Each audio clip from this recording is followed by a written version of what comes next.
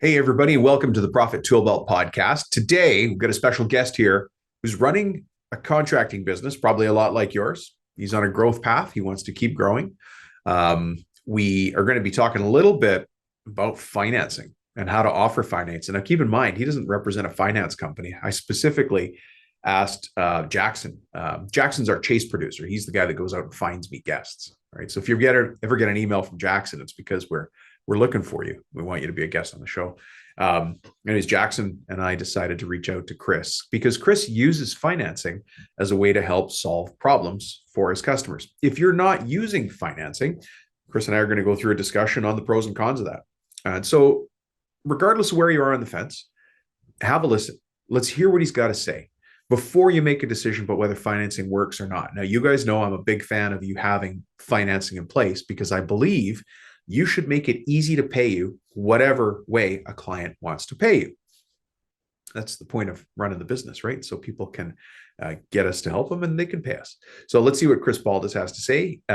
He's with Ridgeline Roofing out of Alabama and Tennessee, and probably more places than that by the time this actually goes live to air. Let's see what Chris has to say. We'll talk to you on the other side. Mr. Chris Baldus, how are you? I'm doing well. How are you, Don? I'm fantastic. I'm so glad to be on with you. You and I have the same level of energy. If anybody's Well, counting our words per minute today, it's going to be high. yeah, that's okay. Yeah. It's nice to not be alone, right? Yeah, exactly. Not the only one yelling in the wind. Yeah. Well, you're a roofing expert, and the reason I have you on here is because I love what you guys are doing on your website and you're offering to the market about financing. And so I'm hoping we take our conversation in that direction today. And I'll be honest, why I wanted to find a guest like you is because a lot of contractors don't offer financing. They think getting paid for a job just comes out of this magic bucket, and they're not providing us. You're already laughing. Yeah. Yeah, you're exactly right. So Yeah. there's a lot to it, but it's easy and people can have a lot of success from it. And it's just a matter of being able to learn something that's a little different than what you're accustomed to. Yeah, a change, a new system. Yeah, absolutely. Yeah. Hey, Chris, let me start with a question I always start with here. Chris Baldus, who the heck are you? And how is it you come to be speaking to all these forward-facing business owner contractors all around the world? Well, I'm just a good old Alabama boy. Classic opener. Oh, just a Yeah. good old boy. I don't know anything. I grew up in a household that worked really hard, and that's kind of where my ambition came from. I've always been used to it. I've been surrounded by it, and I was just fortunate enough. I got into business management at a very early age. When I was 18, 19, I started basically any job I was at, I was a manager. And that's just how I started. And that's kind of how I figured out what I enjoy doing and what I was actually probably pretty good at, or I would consider myself good at, and kind of took it from there, did a few things. And then it happened to be, it's kind of weird. I tell people this all the time, but it just happened to be that I got into the roofing industry by coincidence. Oh, that wasn't your family business. You weren't a family roofing business. No, not at all. Was your family in business, or were they just leaders and managers of whatever? No, my dad was a machinist, owned his own machine shop. Okay. And my mom has cleaned houses for clients for 25, 30 years now. The same clients, just hardworking family. And I just kind of found my own way in some different industries until I ran into the roofing industry in 2010. Get on a ladder. Yeah. And I was fortunate enough when I got the opportunity to get in roofing. It was kind of a little weird how it all happened, but we got into the roofing industry, and I asked my best friend at the time, who's named Scott Bullard, who's also my business partner. Great.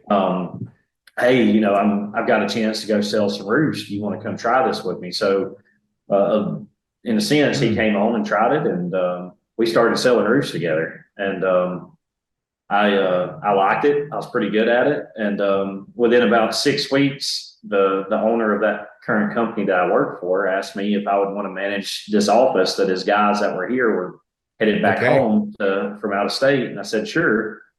And the rest was kind of over. I worked on that for 10 years. So that was your how you entered into the roofing business. That is, yeah. Can you, everybody's got a different structure of their construction business. Can you paint me a picture of what that construction business looked like? Like, were you a group of sales guys that went out and sold and used subs? What did it look like if I sort of parachuted in and I tried to see an organizational chart? Yeah. So when I first, when I got into this industry, we were basically sales guys. You had office personnel. Yeah. You had sales guys. The subcontractors, we did in fact hire subcontractors. All of our roofers were outsourced. We didn't have staff roofers, staff employees.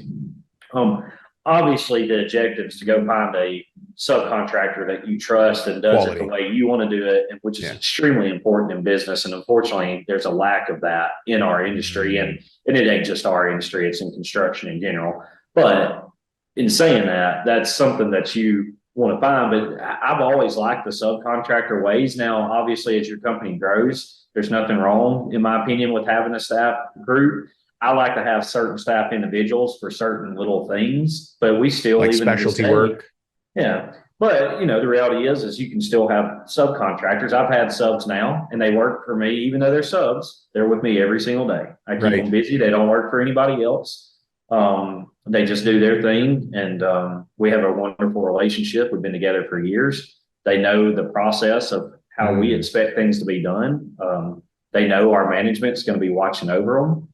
There's a lot of trust involved, and honestly, they're much appreciated of the relationship we got just as much as we are, and we work well together. And if you can find them special group of guys, you can have a really good source of work there, and you can make a lot of customers happy, and you can do really well with your business.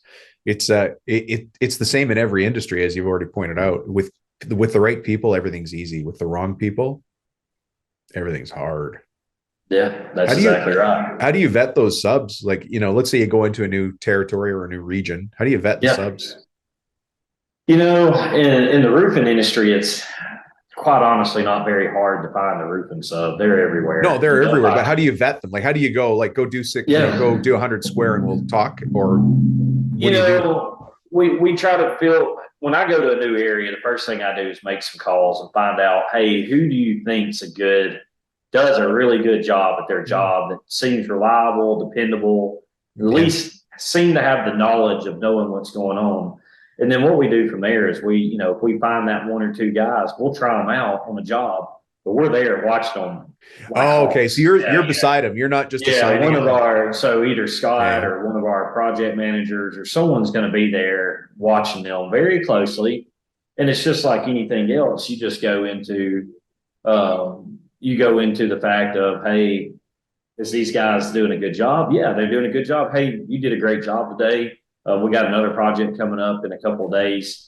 We would like for you to come back, and we build confidence over them. And it doesn't happen overnight or over a couple of weeks. It takes some months, just like my newest office, we have a crew up there, and we found one or two crews that we didn't care for that much. They didn't necessarily do a bad job at all. I mean, we were there watching them project manage it. It's just, that right feel wasn't there. Well, we got a crew there now that has done our last mini, and we really like them, and they're doing a great job, and we've kind of built a relationship with them, and things are going the way they're supposed to go and the way you want them to go, right? And that's the key, is finding that guy that you feel like you can move forward with and have a relationship and have some reliable, you got to have accountability. And once you can find that, the accountability's there, and they obviously know what they're doing, proper installation and listen.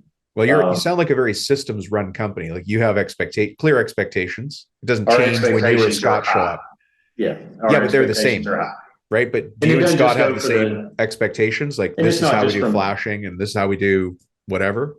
That's right. Well, the expectations are we want it done this way. This is our way, and we know right from wrong. It's not necessarily rocket science, but there's a few little things that you want to watch very carefully. And hey, are they doing this right? Are they doing that right? And we hold them accountable, and we just keep it up. And it's not just like that on installation. You do that with everybody in the company, right? Your sales guys, your office admin. It's no different. It's just someone's physically doing some labor on something. You just got to make sure that they're doing their job properly. And So for people that haven't checked out your website, because they're just listening to you on a podcast or maybe seeing you here on YouTube, what's your specialty in roofing? There's all sorts of roofing specialists. There's residential guys, there's commercial, there's flat roof, there's cedar shake, there's 1,000 types. What's your sweet spot? So we started our hands down early on. Residential storm restoration was our bread and butter, right? We did a ton of insurance work, still do a lot of insurance work, but we over the years have grown and we do a lot of retail now. Just because people know us, they know the kind of do. We're in the re-roofing system. I would say new construction's less than 1% of what we do. Sure. It's a different beast. It's a different animal. And I'm just, residential re-roofs, residential re-roofs was always the original structure. A lot of that came from storm damage. It's opened up more to retail as well now. It's kind of 50-50 or 60-40. And we've gotten into commercial over the last several years, and that's grown a lot too. And, this year we were probably 25 or 30% commercial, 70-30 residential to commercial, where it used to be 100-0 or 99-1. The commercial has grown a lot over the last few years, and we've had some really good success with it. The jobs have went really well. And it's the same structure. We do a lot of re-roofing in the commercial. Yeah. We can do some new construction in commercial, but it tends to be re-roofing as well. It's interesting that you're so confident in your focus. I know that my original trade was painting.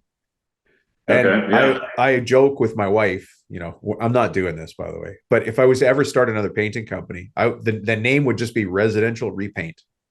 Yeah. And even like exteriors. I don't want to do interiors. Yeah. I just want to do residential repaints exterior because I know the margins. I know the system. Nobody bugs me. I can start at 7. I can end at 7. I can get the job done.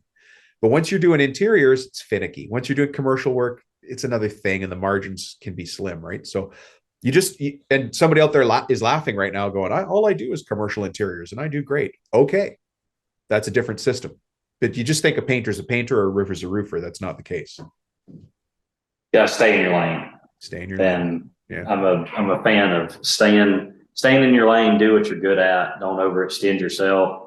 If you have the resources where you can move over into another lane and you have the proper resources and the setup and the office setup that you want to take that on, and it's smooth sailing and you're not going to have a bunch of bumps in the road, then there's nothing wrong with that. And, you got to try to keep your guys grounded at all times though, because obviously in sales, guys come in and they're like, hey, we can get this job, but if we got to do this one other thing, like, you got to learn the word no. It's not a doghouse. It's 16 doghouses. It's a kennel. So it's still a roof. No, it's not.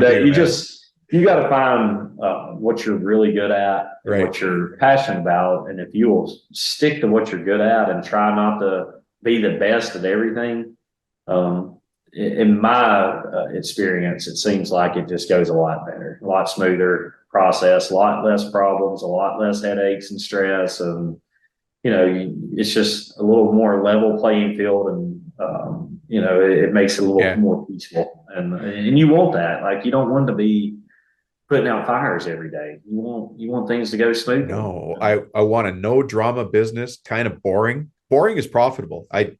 I'll put that up. Absolutely. Oh, there you go. You're smiling and you're agreeing. Yeah. Yeah. Boring absolutely. is profitable. It is. And consistency is nice. And that's how we get to see our kids' games. That's how we get home in time for dinner when it's hot, same time as everybody else, when we've got a boring, predictable business. Absolutely. Let me change gears a bit. We got a sense of how you started. We got a sense of who your ideal client is, what you guys do. But paint me a picture of your business, because you have I don't want to give it away, but you've lots of locations. You're not one company in one town. What does your company look like? Again, if I was looking at it 30,000 feet down.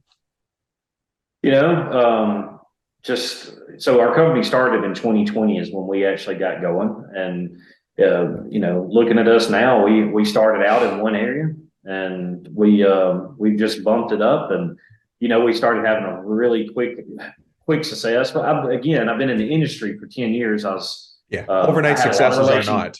Yeah. I had a lot of relationships that I built over the years. So when Scott and I decided to, go out on our own and do what we needed to do to provide for our families and what we felt was best for the next 30 years of our work life, that this was the best for us. So that's what we did. And, we started here locally, about 15 minutes from my home, and started an office, and things just grew. We knew we would have success, but I didn't realize how quickly it was going to come. And we just kept growing and growing from sales reps, and our numbers just kept getting better and better. And, we're like, hey, you know what?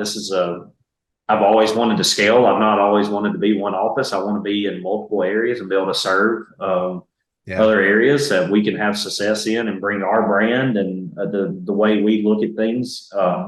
So that's when we started our next one, which was up in Tennessee. And in the middle, we opened up and started hiring guys in the middle, which is in our northern Alabama area. And now we got them going. And so we kind of just made that nice little trend around some areas that I've always wanted to work in and be a part of. And, the biggest thing, and I tell everybody this, the biggest thing about growing business the right way, in my opinion, and doing it with the best chances of having success is having the right people. Oh, it's always people. Everybody asks, what's the magic? What's the magic keyword? What's the thing you're looking for? Well, it's simple. Find the right people, find the right employees, find the right management team, find the guys that are passionate about what they do, that have the same beliefs as you. And we just got very fortunate and found the right guys, and they loved their job so much they brought more and more people to us.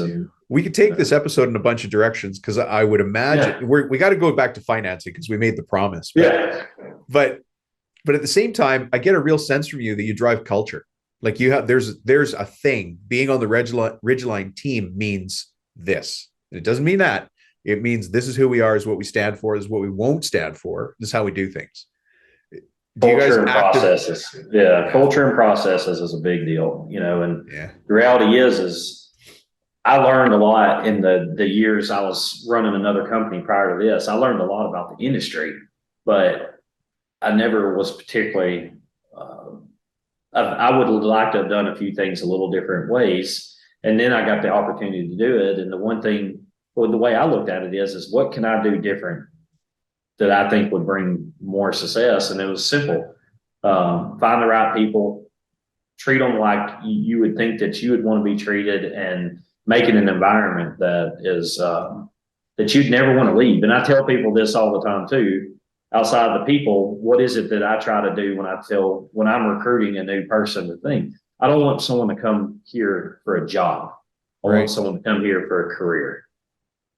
I want them to come, and I want them to never leave. And the wonderful thing about it is knock on wood, I have very, very little turnover. And matter of fact, the turnover we have is not because of people not liking it's here. It's just they might not have been the right fit. Sales might not have been their deal, right? And I just don't have turnover. We don't lose. We just keep gaining. I never look at it and be like, man, we're 6 employees down this month. That's just not. And when I look at it, I'm like, man, we added 2 more employees, and it just keeps growing. And that's what you want. You want people to come here and want to never leave. And that's how we tried to build this environment. And you might think about starting your own podcast, Chris. People, you're the third person that's brought that up. Well, I'm just telling you. It's kind of scary. After this, let's switch to the finance side, because there's a specific reason, especially now, that I want to bring your expertise or your opinions on financing into the discussion. But on this point about culture, I try to think about it the very same way you do, but I think about the kitchen table. I want the conversation of my new hire at the kitchen table to be, husband and wife. I'm just going to say the guy's working for me, and he's talking to his wife, and he says, honey, I finally found the job I've been looking for my whole life. Yeah. If I can make that conversation, I'm never going to know that happened, but that's what I'm trying to make happen. I want him to go home, and when his wife says, hey, my friend's starting another company, or my friend's got an opening, you want to go over there? I want them both to look at each other and go, it's never going to match what you got now. or the new hire to say, I can't believe we finally got the job we deserve. Like our family is good. That's what I try to aim for when I'm building culture. And that's a great example, and that's something that people need to be in the industry. If they want to grow, that's what they need to be as managers or owners. They need to be passionate about doing. One of my favorite things, and be honest with you, Don, 10 years ago, I would have never thought this, but like one of my favorite things now is watching some of the guys that work for me, watching their lives transform and change for the better. And it is probably one of the best gifts you can ever ask for. I just had one of my guys, very young guy, and one thing I always have my guys do at the beginning of every year is I make them sit down the first week of January, and they have to have goals wrote down for the year broke down. And we talk about this in December. Hey, the beginning of the week, I need to see your goals. You're going to sit down. We're going to discuss this. And I had this young guy, very young. He just turned 20, and okay. He had a goal. He just started. He'd only been with us a week or two, and he started right around Christmas, a week before Christmas, and his energy is just contagious, right? Like he's a fun young man, and he had a goal, and by God, he hit effective as of yesterday. Actually, he hit all 4 of his goals for the year. So that's a year. In a year, he hit it. And he hit year, it by November. He hit his sales number. He hit his personal goals. He did everything. And by the way, his goals were not easy goals. And he figured out how to do it. And he did it the right way. And, he's just one of them guys that everybody loves. He's happy. He's just the guys, the ones you're looking for, right? Well, you're smiling describing him. So, he's the ones you want to find. And I have a bunch of him. He's just an easy example because of all the things he did and the things that's unrolled for him in his life over the last year. But I have so many guys like that that are on the team, and just it makes it fun, it makes it exciting. Yeah, that's good. Yeah, well, and you're leaving a legacy, right? I mean, we're just going to start agreeing with each other, so I'm going to change the subject. Can I just do that? Yeah, sure. Swap it up. No, I love it. Culture is the glue that holds all these systems and processes together. Absolutely. But one of the processes that I really liked when I did the research on you guys, because Jackson reached out to you, and I said, I want to talk to you guys specifically because you offer financing. And can I back up for a second and just lay out the groundwork of why I was looking for, absolutely. I want to say an expert on this topic. I don't mean, and I don't expect you to be an expert on financing, but I want to hear your opinion as a business owner as to why you offer financing, because I get resistance from the audience about offering financing, and it blows my mind. So I thought, well, I better stop talking about it and start talking to guys who are doing it. Enter Chris Baldus. So we've got the talk of a recession. I personally think that's a load of hooey, but whatever. It's coming or it's not. Okay, there you go. Yeah. There's my opinion. Yes, it's right or it's wrong. But the other thing that happens is when I talk to contractors and I ask them the very specific question, where did your client get the money to do this job? Nobody knows. They're like, oh, they got this magic bucket. My clients are high end. They don't need financing. I'm like, you don't think they financed that Tesla? You don't think they financed that Land Rover? Or you don't think they financed their house? And they're like, no. They just cut a check. And I call, what on that? I don't believe it. And so I went to seek an expert. In this case, you. Tell me why you put financing in place and what change that's had in your business, if any. Yeah. So, financing in our industry came out many years ago, but it's really became a big deal over the last 5 to 10 years now, especially the last 5. But, it's very simple for us. People need roofs, and not all the time. You're not going to always be able to afford one, right? You're not going to always have a 2-inch hailstorm drop hail all over your roof and insurance pay for it. That's not always the case. That's not always going to happen. There's a lot of people that are just doing everything they can to meet, get put bread on the table, be able to pay their bills. And the reality is roofs aren't cheap. They're just going up like anything else, right? And they've got to have a way to have a source to be able to pay for these. So financing for us was an easy fit. I mean, don't get me wrong. I've got a different philosophy on when you come to finances. I'm not saying if you got the money, you should finance. You should probably not, but not everybody's just got $20,000 sitting in their side bank account that they can go throw Just on a roof waiting. if they need to. Yeah. And the reality is man, finance options have. There's so many different companies out there now that service it. Just the two or three. We actually have three that we're using now. I'm technically set up with four different finance deals, and most of them were brought to us by our shingle manufacturers. They all like, hey, here's some guys if you want to finance that specialize in financing for the construction field. And we set it up, and it's successful. The customers like it. Some of them actually even have, zero interest if you pay it off in 12 months, or there's a bunch of different packages and different companies out there that, right. The company would have to do their research and find what they like. But, I get it on the money thing. It's like, oh, I don't want to do that. Well, not everybody's got, you're not your perfect customer. Cash. Yeah. But I'm not my perfect customer. And you might not be either. Like my personal philosophy is the same as yours. If I can pay cash, I might pay cash. If I can put a big down payment on something, I might do that. But that's not everybody's philosophy. It's what my customer cares about that matters. And even if all I have is the option, you can finance it or you can pay it. They might say, well, no, we don't finance. We never do that. Okay, pay it. But I'm losing opportunity when I don't offer the financing option. We have customers call us. First thing they ask, do you offer financing? Well, yes, we do. Even though they have insurance?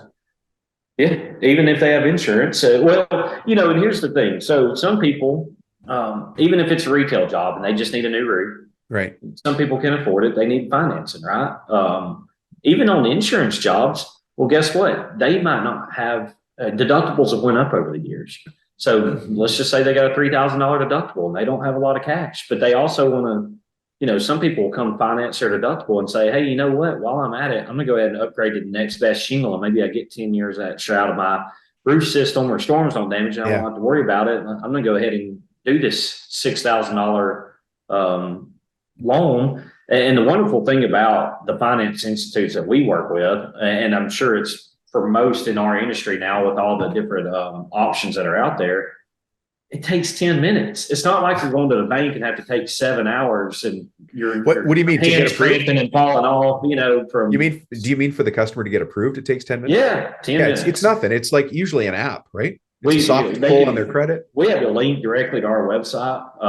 We have it on all of our sales guys have tablets, and we can pick up the phone right now. If Don wanted to see if he could get finance, we could call right now. And in 5 to 10 minutes, we would know if you're approved or not approved. And it's set. They send one document over to e-sign, you sign it, you get it going.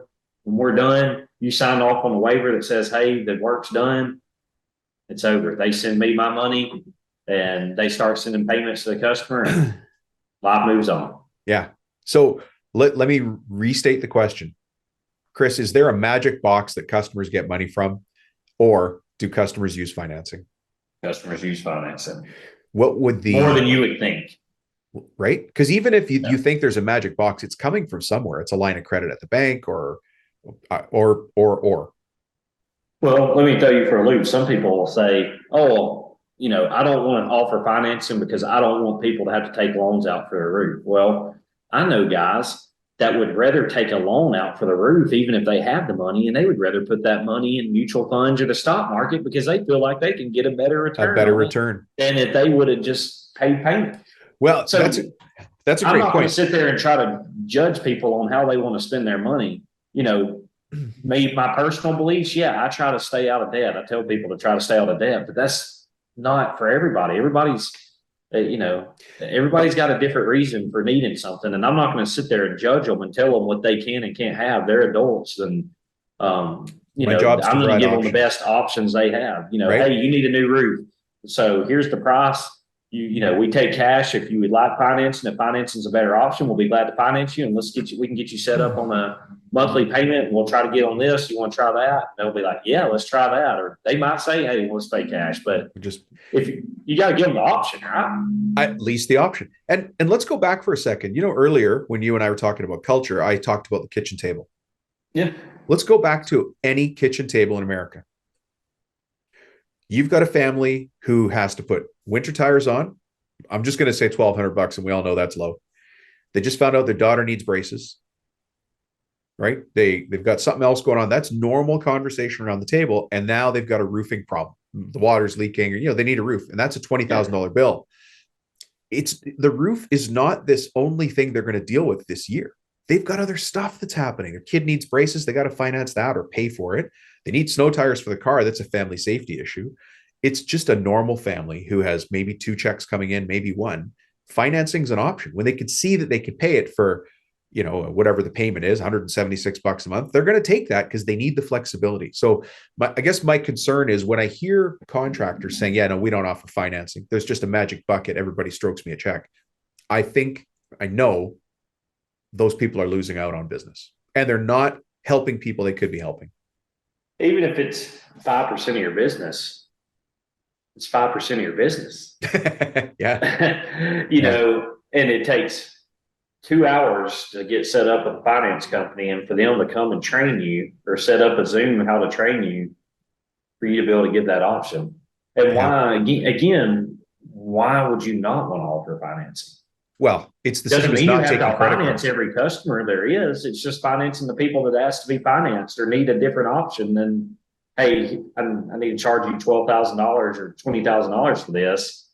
Go get the cash out of your safe or get that checkbook ready. Again, that's not always the case. And that option's an easy, liable option. If people can go pay for a $40,000 car or $150,000 in student loans, or $8,000 on braces and pay payments on it, do you not think a roof's just as important as a lot of them subjects? Yeah. And obviously that's a discussion and could be an argument for anything. But in my opinion, outside of the foundation of your home, the roof's the most important thing on your house. I think, Chris, on that point, every other contractor listening's got their own opinion. No, it's the siding. No, the tiles. And someone else like, you got to have kitchen cabinets. What are you talking about? But whatever it is, you're right. These are the elements of keeping our family safe. And listen, of being a leader, a family leader, whether you're a husband or wife, you want to take care of your family. My family needs a roof over their head. They need a door that's working, garage door that's working. You need plumbing that's working. You need a hot water. Those are all our responsibilities and our privileges as an adult to take care of our family with. So all of us have that opportunity, though, to offer financing. So the whole reason for getting you here is so that people listening understand there's a reason financing is offered. There's lots of companies. I'm not here promoting any company. I know we've had other guests on that talk about it's not hard. Look up construction financing in Tennessee. It comes up. You'll find who you need, and they'll look for your options. But the more important thing is the business owner has to buy into it. And the business owner has to understand, I'm here to solve people's problems. And one of their problems is how they get to be able to pay for what they need. Yep. Pretty simple. And I've had a lot of customers that they would have not got new roofs if they didn't get the finance, that needed roofs in a bad kind of way. Yeah. And by the way, they weren't going to be able to walk into their bank and get that loan, and they had a better chance with the finance systems that were built around construction that are a little more lenient in regards to that, to help the people get what they needed to have that opportunity. And, so that, again, I guess there's a lot of different perspectives on it, but I'm very pro financing, and we will always offer it. And I think that it's going to grow more and more over the next this next decade or two. It's going to be bigger, way bigger than it is now. And you're going to be behind. You're going to be a step behind if you're not offering it. Yeah, it's just having the options for people. That's all it is. You just have to have the options. And so here's the ask, folks. I'm looking at you in the camera. Chris has told you. He and I have no horse in this game for your business. Go find a way to add financing to your offer. It's not hard. Again, just Google your state, or in Canada, your province, and construction financing. A whole list will come up. Very easy. And they train you on how to use their systems. Just a couple of phone calls and 15 or 20 minutes and getting things set up, and they getting you set up for training. It's not hard. Does the money come straight to you, or does it go to the homeowner and then you? Comes straight to us.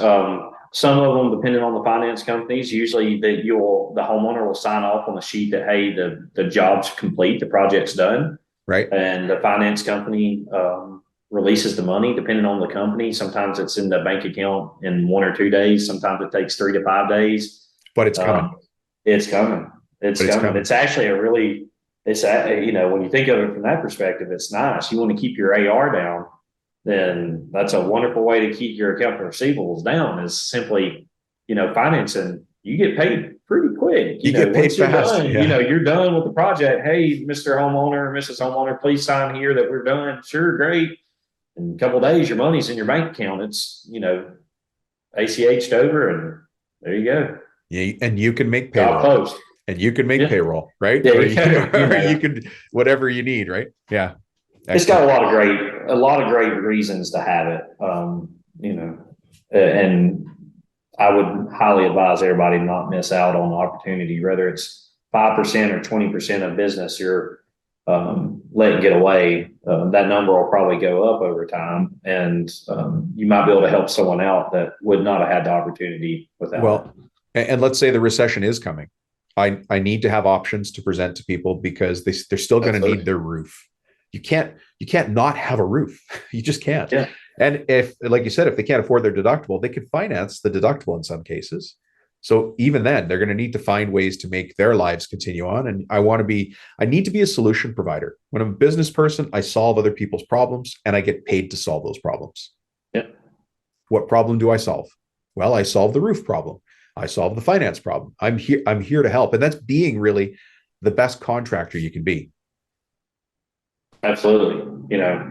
You got to have options that you can help people with. Every situation is different, and you got to be able to have the tools to be able to do that. Yeah. This has been fantastic. Chris from Ridgeline Roofing, if somebody wants to find you in this big wide world, how do we do that? Well, it's pretty easy. Our website is ridgeline-roofing.com. So it's pretty easy to get a hold of. Obviously we have home office here in Alabama as well as Tennessee. So people can always look us up on our website. All of our phone numbers are on the website. We have a Facebook page if people want to come to our Facebook, which is just Ridgeline Roofing and Restoration. Nothing crazy out there, but we're always around and reachable. I love it. One of the things, and we kind of talked about this in the preamble when we were getting ready for recording here, is in a family business, quite often you bring your child up in the business, your son or your daughter joins you in the business. Yeah. But then what happens is they don't have that outside perspective, even of ever working at a Starbucks or wherever, right? Because you learn about management at Starbucks, you learn about systems, you learn about consistency, and your kid is going to be more valuable when they do come into your company to do that. I wonder, it's too bad we don't have the old days where somebody apprenticed. But you almost want to, if I was another roofer, I might be like, son, why don't you go work with these guys at Ridgeline for a bit and then come back and be more valuable in the leadership of our company going forward. It's not stealing your intellectual property, it's learning and then leaving. Right? Yeah. I learned, when I was in this industry for 10 years, that's what I did. I learned from obviously my management. I learned from the surroundings I had and the day-to-day actions out in the field, and learned the processes of how we did things. And it was just, I wouldn't be here where I'm at today if it wasn't for all them learning opportunities I came across. And, as long as you got your head on right and want to learn and be focused and try to become something really good at something, the options out there, and go find it. This world is nothing but opportunity. That's what it is. Bunch of it out there. Yeah. Mr. Baldus, thank you. I appreciate you being here. And I really appreciate you sharing your perspective on financing, mostly because you and I agree with each other. So I'll be honest. Thanks. Absolutely. Thanks for having me. All right, man. You have a great day. You too. Thanks, Don. Bye-bye. Well. I have to say thanks to Chris. Chris, we were supposed to be talking about financing. I mean, we talked about a lot of stuff. I had to pull us back because I have a sense that your wisdom and your experience, just the reality of running a business, has taught you a lot of things. We talked a lot about people and culture, which was a very interesting way for us to go in the conversation. For those of you listening, we don't script the show. We have a topic or we have a theme that the guest and I have discussed in anticipation. But really, the only thing scripted is the opening question. Is I'm sure you've caught on. Hey, Chris, who the heck are you, and how is it you come to be speaking to all these forward-facing business owners? That's scripted for sure. The rest of it's not. And so that's just a conversation between two business people talking about the reality of running a company. It was interesting to hear his take on it. Here's 3 things I wrote down from him. As I read them, they don't sound earth-shattering. Putting them in place might be the difference you need in your business. So here it is right from Chris Baldus. What can I do differently? Number 1, find the right people. Treat them right is number 2. And 3, make it so they never want to leave. Okay. Add that to the list of things we need to as a business owner. Building the right culture in the company is the glue that holds together all the SOPs, all the processes, all the profitability analysis, and doing the EOJ reports and all that stuff. Yeah, it's all important, but got to have the right people around you to do that. One of the things that I recognize is a gap. A gap's probably the right word to use for a lot of business owners, is they don't have somebody on their team who's an administrator who can help them track the key numbers. And so if it falls behind, they start with great intentions and they never pick it up. And that's because they don't have somebody to help them do that, or they don't have a system to capture those numbers. If that's the situation you're in, let's deal with it somehow. I hope you enjoy this episode. I'm still getting a ton of requests by text for people from one of the last episodes where we built the construction business recession-proof plan. I think I got the title wrong. But those, it's obviously still available. If you want a copy of the recession-proof construction business plan, along with the workbook, text me for the workbook. That again, tons of you have already got it. I've heard great feedback. I got one returned, which is great, which means, somebody filled it in.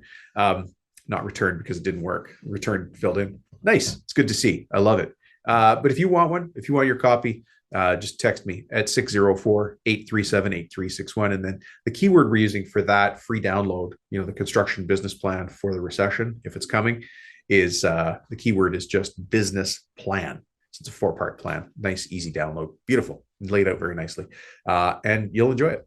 Anyways, Chris, thank you very much for joining us here. Great to have you on talking about financing. Folks, if you don't have financing in place, there's lots of financing options around. I'm not pushing anyone over another.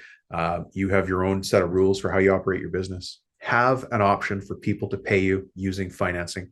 For those of you who don't personally believe in financing, I get it, but not everybody thinks about things the same way you do. And so if we're here to serve our clients, we have to have options for them to do that. All right, folks, the next portion of the episode, as you know, is questions and answers with Dom. You have an opportunity to submit a question there. Just go to speakpipe.com/ask Dom. Leave me a question and we'll answer it here live on the show. Let's get over to that portion of the episode now. Bye-bye. Hey, everybody. Welcome to Questions and Answers with Dom. Today, we're doing a question on behalf of B Displays. Now, Rob is the owner of B Displays out of Newcastle, UK. Some of you have already seen this message on the Contractor Strategy Group Facebook page. And he posted it right there after Brian Steinhardt's question. So I'm going to read his question here word for word, and then I'll stop recording. Then I'll go and open up a new recording screen and give us an answer. Here's Rob's question. I currently have 2 guys working for me and both aren't quite cutting the mustard. I feel like I'm constantly saying, this is wrong and that's wrong, blah, blah, blah. At some point, something's going to burst. And at the moment, it feels like me. Kind regards, Rob. All right, Rob, thanks for that. I appreciate it. Let's record this for future fantasticness, and I'll record an answer as well. Hey, everyone. Welcome to Questions and Answers with Dom. We're going to be answering a question from Rob at B Displays over in Newcastle, UK. It's great to have you as a member there, and thank you very much for asking the question. We just heard the question here, and so, let me summarize. You've got a couple of guys on your crew, so you're growing and trying to grow, but they're just not cutting the mustard. And I assume what you mean by that is they're not up to par for what your expectations are. So I've made a note to myself to keep these segments short and punchy because I find that it turns out, folks, that I could, once I've got a microphone, I don't like to put it down. So I'm going to try to keep this a little punchier. I've broken this into 2 major segments for you, Rob. Number 1 is the big question. And number 2 is, what do I stand for? In this case, you. What do you stand for? So let's deal with the big question first, right? You've got a couple guys in your crew. They're not cutting the mustard. They're not meeting your standards. The first thing I want you to do, and this is a tough question, but you're going to have to answer it guts first. I'm going to ask you a question about both of these people's attitude. Are they worth keeping? And that's either a yes or no answer. There's no fuzziness in the middle. Are they worth keeping? Do they have the right attitude? Do they show up with the right mindset? If they don't, it's just not going to get better. I don't know how else to tell you that. It's like taking the wrong measurements and expecting everything to turn out fine. Now, if their attitude is wrong, then you're going to have to replace them at some point. And I'll leave that up to you at your discretion. And when do you do that? That's another discussion. Not going to get into it here because, as we know, I could, and it would go on a long time. The second question, or the second part of the answer, I should say, is what do I stand for? And you may have heard me say this before, folks, but I learned this from some ranching friends many, many years ago. If I stand for nothing, I will fall for anything. If I stand for nothing, I'll fall for anything. And so the question I want to put in front of you, Rob, is what do I stand for? And you might go, Dom, I don't know. I stand for quality and I want to make sure I keep my promises to my clients. And my Lord, I'm trying to make some money here. Okay, that's great. But there are three things that I want you to ask yourself on paper. So Rob, when you're listening to this, pause the episode and write down these three questions. And then I want you to write down the answers. And that's going to help you with the end of this exercise. So the first thing is we're going to list your rules. So the first thing you're going to do is what frustrates you about the company, and write down anything you want. What frustrates you about the company? What frustrates you about your people? What frustrates you about the quality of these two gentlemen's work? I'm assuming they're both men. The second thing is, what do your customers love about you? What have they said in the past? Do they say, oh, you guys are so attentive. You always answer the phone real quick. You guys do great work. Whatever that is, write that down as well. And the last thing is, how are you better? How is B Displays better than anybody else in the market? Be proud. Write that thing down. Now you've got a list based on those three items. That list now needs to become a list of rules for how things operate in your company. Now, if you want a list of job site rules, Rob, because you messaged me on Facebook, I already sent you the attachment, the list of job site rules. So you have a sort of a cheat sheet, a starter sheet for how to do that. Those of you who have already downloaded the book, Construction Millionaire Secrets, we're talking about the list of job site expectations. It's also a free PDF there. And if you don't have it, and if you want it from me, folks, just go ahead and text me 604-837-8361 and just say job site rules. And then we'll send that off to you so you have some reference point so that you can build your own list of job site expectations. But you got to do that based on who you are and what you stand for. Because if you stand for nothing, you'll fall for, I'll let you finish the sentence. Rob, thank you so much for sending the question in. I really appreciate it. I appreciate taking the time, and I hope this was valuable. Thanks, folks.